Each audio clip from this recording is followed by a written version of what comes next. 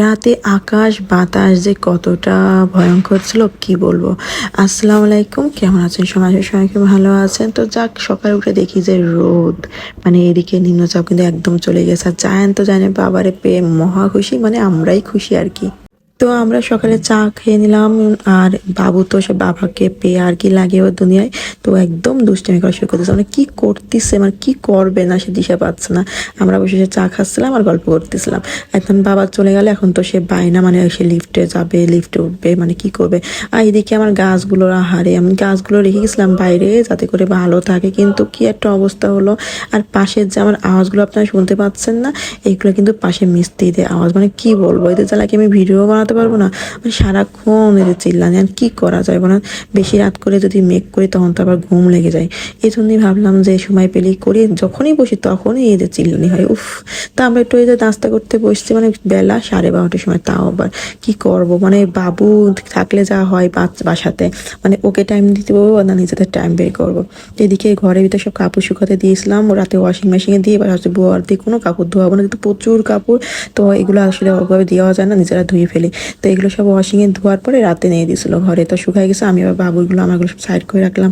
অনেকদিন আলমারিগুলোর অবস্থা একদম বেজায় খারাপ, তো এইগুলো সব ঠিকঠাক করার জন্য বের করতেছে। আমার এখানে আমার কিছু কাপড় চোপড় থেকে গেছে, সেই মানে এখানে ভরে দিয়েছি সব কিছু। ভাবছি আমার রুমে নিয়ে যে এগুলো রাখি, আবার এই রুমে আবার বাকিগুলো রাখতে হবে। তো এখন তো সব এলোমেলো হয়েছিল, তারপর বাবার সব কিছু গোছগাছ করতে হবে, মানে একদম ঘর কোথাও গেলে মানে এমন একটা অবস্থা হয়ে যায়, মানে ঘর সংসার এলোমেলো হয়ে যায়। কারণ মানে আবার এসে সব করো, আবার মানে এই করো সেই করো। তো এই শাড়িটাই মার কাছ থেকে নিয়ে চলে আসছি। মা আমাকে অনেকবার বলছো এটা পরার জন্য, তো আমি টাইমই পাই পরার। তো ভাবলাম যেটা নিয়ে যাই, তো একদিন এটা আমি পরবো, আর একদিন পরে তো আমি আর পরবোই না, মানে আর তো পরা হয় না। তো এখানে আমি সব আলমারিতে সব রেখে দিচ্ছি। আমার বাসার থেকে যেসব কাপড় চোপড় আমি মানে বানায় নিয়ে আসলাম, ওইগুলো সব ওই আলমারিতে করে রাখতেছে। তার সাথে আমার ছেলেটা আবার শুরু করছে, আর আমারটা গুছাচ্ছি, মানে তারটা গুছাবো না। মানে তাই কি হয়, মানে সে কি করবে, আমার পিছে পিছে মানে মানে হাঁটছে, আমাকে মানে বলতেছে তার ডোয়ার গুছানোর জন্য। তাই তাই বলতেছে যে আচ্ছা ঠিক আছে বাবা গুছাবো। এদিকে ফোন আসতো, ছেলের দুষ্টামি এই যে সে ব্যাগ নিয়ে উঠে পড়ছে খাটের পরে, মানে সেই গুছাবে। আমি চাচ্ছিলাম ওর আগের যত জামা কাপড়গুলো রয়েছে সেগুলো তো একটু একটু ছোট হয়ে গেছে, তো ওইগুলো আমি সব মানে আলাদা করে ফেলবো।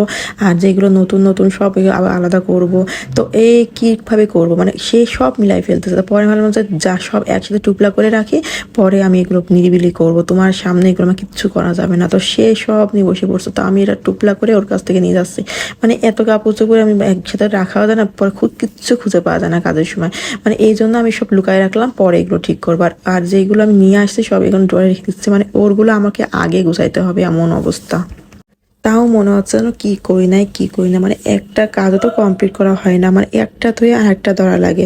এখন আবার যাচ্ছে ওই রুমে, মানে ওই রুমে মনে পড়লো আবার যেন কিছু একটা হচ্ছে। আমার ছেলে আমার পিছনে যে বলেছে চলো বাবা ওই রুমে যাবো আলমারি খুলবো, মানে সে এখন দৌড়, মানে সে জানে ওই রুমে যে মা হচ্ছিল ড্রেস যখন অনলাইনে দেখাইতাম এই রুমটাতে ঠিকঠাক করে দেখাই, তো এই রুমের সব কিছু বেডশিটগুলো তুলে ফেলছে ধোয়ার জন্য। আর ভাবলাম যে একটু আলমারিটা খুলে দেখি কি অবস্থা।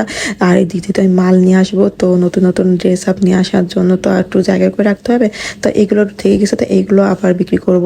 তো এখানে হচ্ছে আমি সব কিছু দেখলাম। এখন ভাবলাম যে জানলাগুলো কেমন যেন একটা, অনেকদিন বাসায় না থাকলে না পুরাতন জিনিসের একটা কেমন যেন একটা গন্ধ হয়। আর এই বালিশগুলো আমি একটাও রুমে নিচ্ছি না, কারণ এগুলো সব আমি মশা চেঞ্জ করবো। অনেক দিন পর বালিশ মাথায় দেওয়া যায় না, মানে আমার কাছে কেমন যেন একটা লাগে। আর আমার মায়ের তো খুব স্বভাব এগুলো খুব চেঞ্জ করা, আর আমি তো আর ওইসব করতে পারবো না, আমাকে কিনে আসলে চেঞ্জ করতে হবে। তো আমি ভাবছি দুটো বালিশই বানাই ফেলো মাথায় দিয়ে, এইগুলো আমি আর মাথায় দিব না। মানে অনেকদিন হয়ে গেলে বালিশ যদি ভালো না থাকে মাথা কিন্তু ভীষণ ব্যথা করে। তো আমি এখানে আমি সব কিছু আমার পরিষ্কার পরিচ্ছন্ন করতেছিলাম, আমার ছেলেটা আমার সাথে সাথে কাজ করতেছে। আসলে এই হচ্ছে সারাদিন না, খাওয়া দাওয়া তো চলবে, তার ভিতর সংসার টুকটাক কাজও কিন্তু করে নিতে হয়। আর তো একদমই কেমন লাগে, তো এত পরিমাণে ধুলো পড়ছে, এগুলো কোথা থেকে যে আসছে, মানে বাসা লাগানোই ছিল কিন্তু এত ধুলো, বাবারে বাবা। তো কেমন লাগলো সবাই অবশ্যই ভিডিওটা জানিও, পেজটা ফলো দিয়ে রেখো। আল্লাহ হাফেজ।